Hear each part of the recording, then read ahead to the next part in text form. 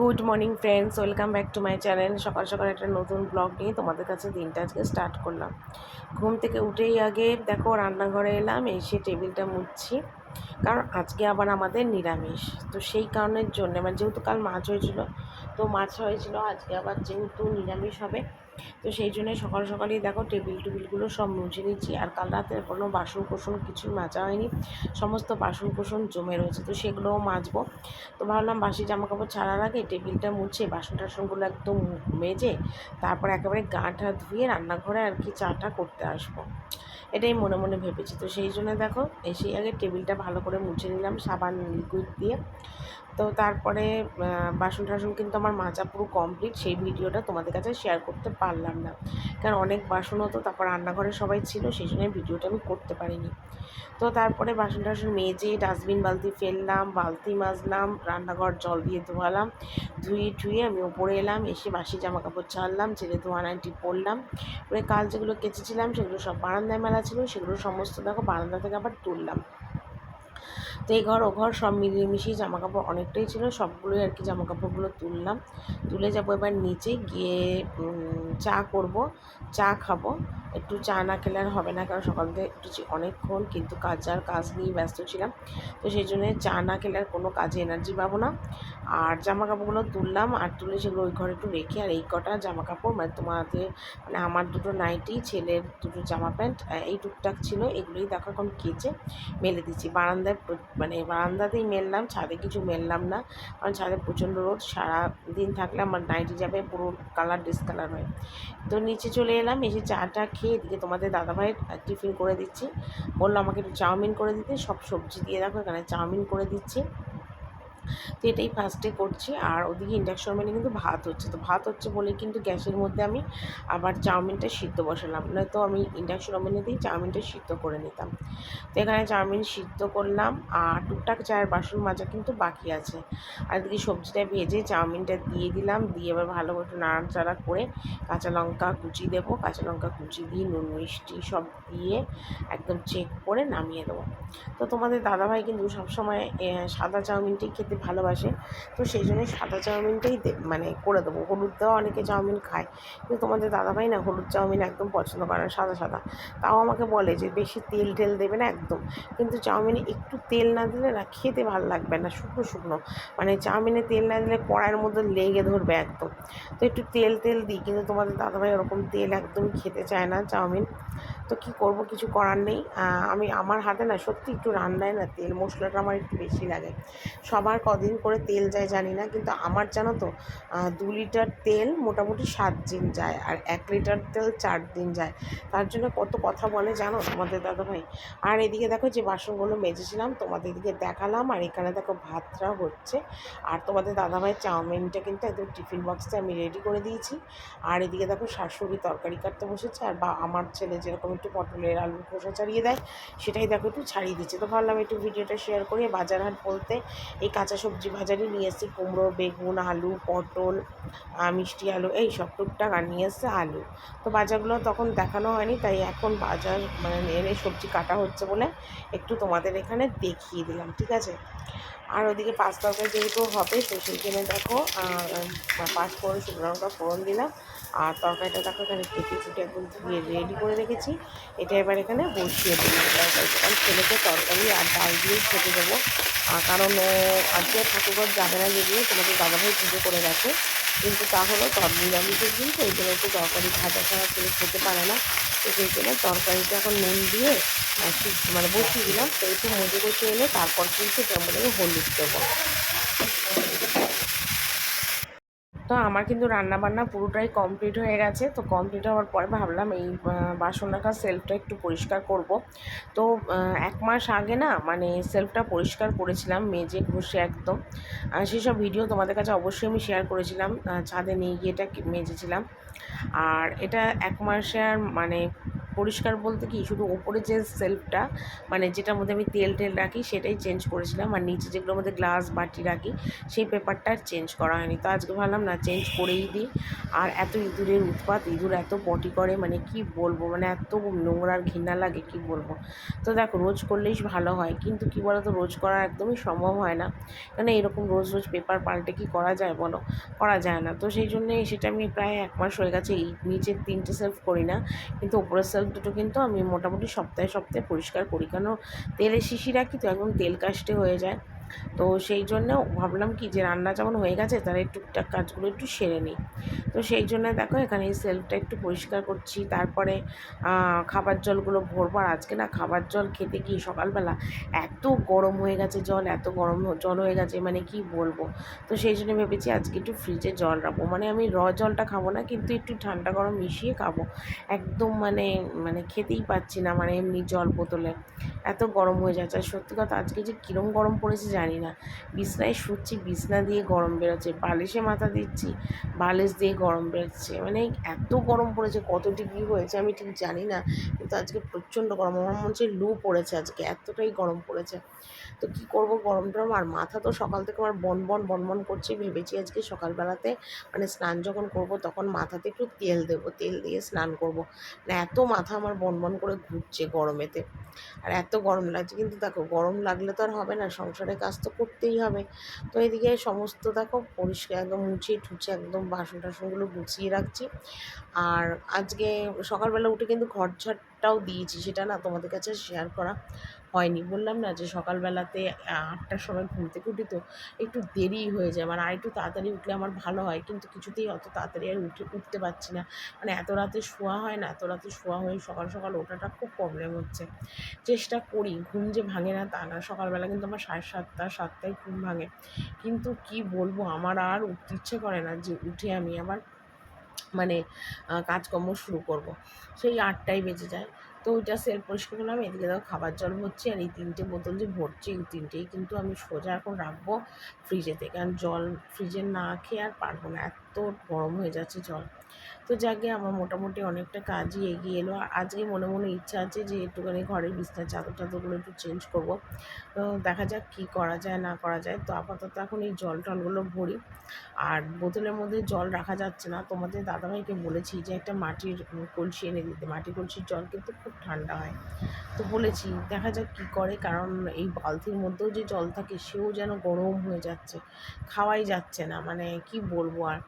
এখন একটুখানি আইসক্রিম টক দই এইসবগুলো খেতে ইচ্ছে করে, কিন্তু সেটা তো আর দেখো রোজ রোজ তো সম্ভব হয় না। সাধারণ ঘরে গৃহস্থ ঘরে দেখবো অনেক হিসাব করে কিন্তু চালাতে হয়, উল্টো পাল্টা খরচ করা সম্ভব হয় না, কারণ মাসের একটা হিসাব থাকে যে এই মাসের মধ্যে এইগুলোই সমস্ত আর কি খরচ হবে আর কি। তো সেখানে যদি মানে এক্সট্রা হয়ে যায় তখন সেটা খুবই অসুবিধা হয়ে যায়। তো ওদিকে জল ভরলাম, আর ভরে এদিকে দেখো গ্যাস ট্যাসগুলো একটু মুছবো, আর নিরামিষ যেহেতু গ্যাস এমনি একটু প্লেন মুছবো, বিশেষ কিছু আর মুছবো না। একটুখানি মুছে টুচে নিয়ে তারপরে সোজা চলে যাবো ওপরে। তো রান্না বলতে আজকে উচ্ছে কুমড়ো ভেজেছিলাম, তরকারি হয়েছিল আর ডাল, প্লেন রান্নার কিছু না। আর ফ্রিজে ছিল কালকের টমেটোর চাটনি, সেটা একটু গরম করে রেখেছি দুপুরবেলা খাবো বলে। চাটনি তো আর বাসি হয় না, বা চাটনি নষ্টও হয় না, চাটনি জাল দিয়ে খাওয়া যায়। তো সেই জন্য একটু চাটনি রেখেছে। দেখবে নিরামিষের দিনে যদি একটু চাটনি হয় না তাহলে কিন্তু আর কোনো কিছু লাগে না, আমার অন্তত মনে হয়। আমার তো ভীষণই ভালো লাগে, তবে এখন আমের সিজন, আমের চাটনিটা করাটাই বেটার, কারণ টমেটো চাটনি আর এখন ভালো লাগে না, একটু আমের চাটনি খেতে ভালো লাগে। তো তোমাদের দাদাভাইকে বলেছি যে একটু আম আনতে, আমের ডাল আমের চাটনি করবো। তো দেখো আমি একটু হাত মুখটা ধুলাম, রান্নাঘরে সমস্ত কাজকর্মগুলো সেরে এলাম বলে। তো এসে এদিকে দেখো জামাটা চেঞ্জ করলাম, আর মানে চেঞ্জ করে এখানে একটু পাখাটা মুছছি। যবে থেকে পাখাটা বার করেছি পাখাটা আর মোছাই হয়নি, একদম ধুলো ধুলো পড়ে গেছে চেয়ারটাতে আর পাখাটাতে। তো আজকে কিন্তু ছেলেকেই বললাম যে বাবু তুই একটু ক্যামেরাটা ধরে দে, তো বাবু আজকে যেহেতু ঠাকুরঘরে যায়নি তো সেই জন্য ক্যামেরাটা ধরে দিতে পারলো। আর এখানে দেখো পাখাটা মুছলাম, সুইচ বোর্ডগুলো একটু ঝেড়ে ঝুড়ে দিচ্ছি, এগুলো টুকটাক কাজগুলো একটু ছেড়ে নিচ্ছি। তারপর ঘরের পাখাটাও মুছে দিচ্ছি, কারণ পাখাটা মুছলে পাখার কিন্তু হাওয়ার স্পিডটা অনেকটা বাড়ে। যেহেতু আমার পাখাটা আবার একটুখানি মানে কি বলবো মানে ঘিয়া কালারের পাখা, তো একটুতে ভীষণ নোংরা হয়ে যায়, সেই জন্য ভেজা ন্যাকড়া দিয়ে মুছলাম। আর এমনিতেও কম নোংরা থাকতে থাকতে আমি সবসময় আর কি পাখা মুছি, যাতে মানে বেশি নোংরাটা না হয়। আর সত্যি কথা মানে গরম যা পড়েছে পাখার হাওয়া একদমই গায়ে লাগছে না। তো এইগুলো সমস্ত মুছে টুচে নেব, নিয়ে আজকে জামা কাপড়গুলো একটু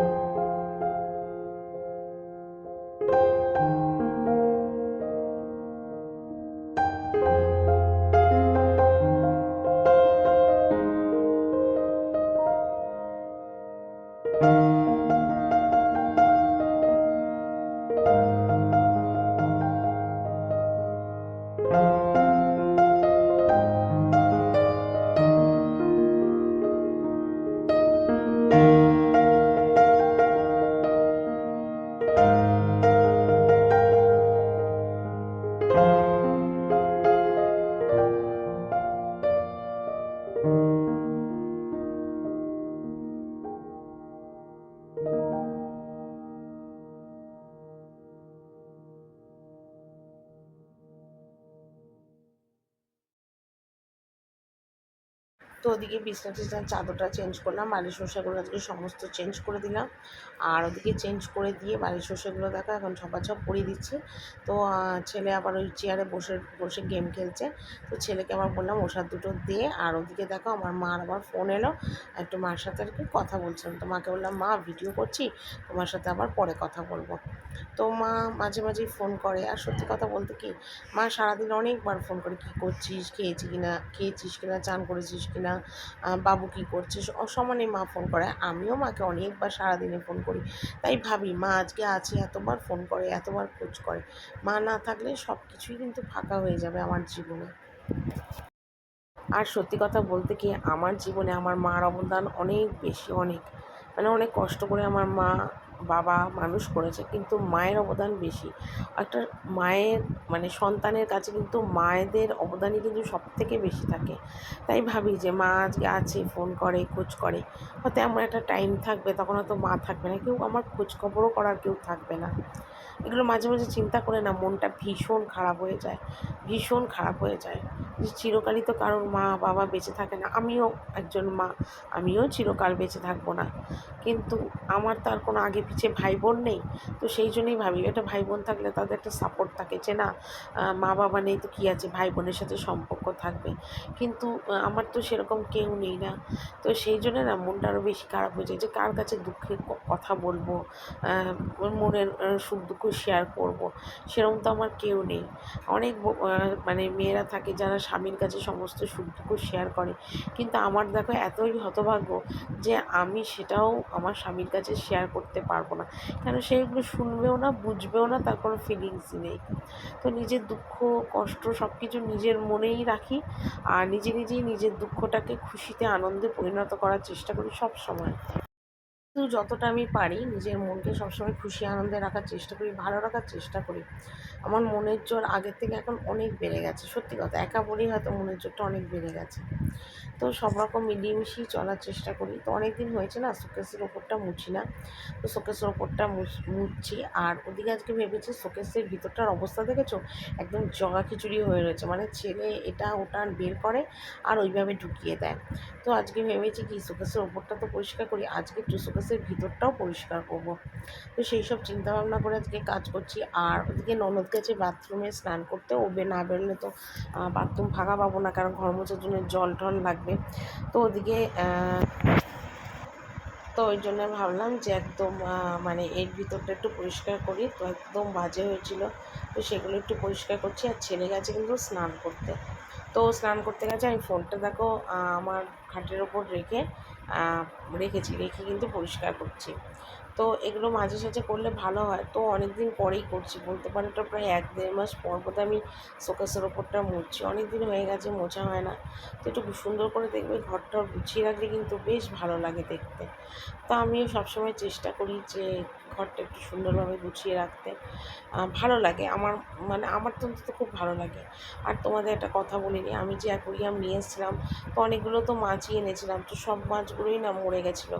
তো একটা মাছই ছিল, সেটাও জানো তো সংক্রান্তির দিন, চৈত্র সংক্রান্তির দিন মরে গেছে। তো অ্যাকোরিয়ামটা পরিষ্কার করে রেখে দিয়েছি, দেখি আবার কবে মাছ আনতে যাব।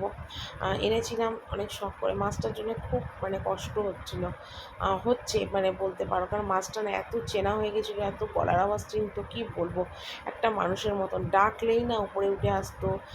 মানে কাছে এসে মানে মানে কথা তো ওরা বলতে পারে না, কীরমভাবে দেখতো, মানে শুনতো কেউ যে ওকে ডাকছে, ও বুঝতে পারতো, ও উপরে উঠে আসতো। আর মাছটা না এই গরমেই মরে গেল নাকি অক্সিজেনের অভাবে, ঠিক বুঝলাম না।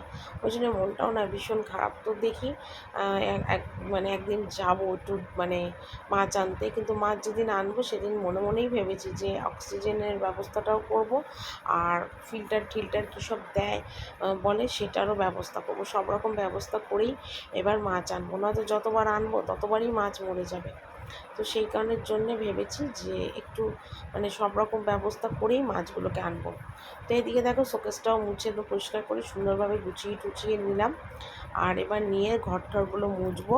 আর মুছে সোজা যাবো স্নানে। একটা পাম্পের জলটাও ভরবো, জলটাও ঠান্ডা উঠবে, কারণ ট্যাঙ্কির জল না একদম গরম হয়ে গেছে রোদেতে। তো এখন একটু জলটা ভরলে জলটা অনেকটা ঠান্ডা পড়বে, আর স্নান করতেও বেশ আরাম হবে। তো তার আগে ভেবেছি মাথায় একটু তেল দেবো, কেন মাথায় তেল না দিলে একদম হবে না, মাথা শুদ্ধ আমার ভনভন করছে গরমে।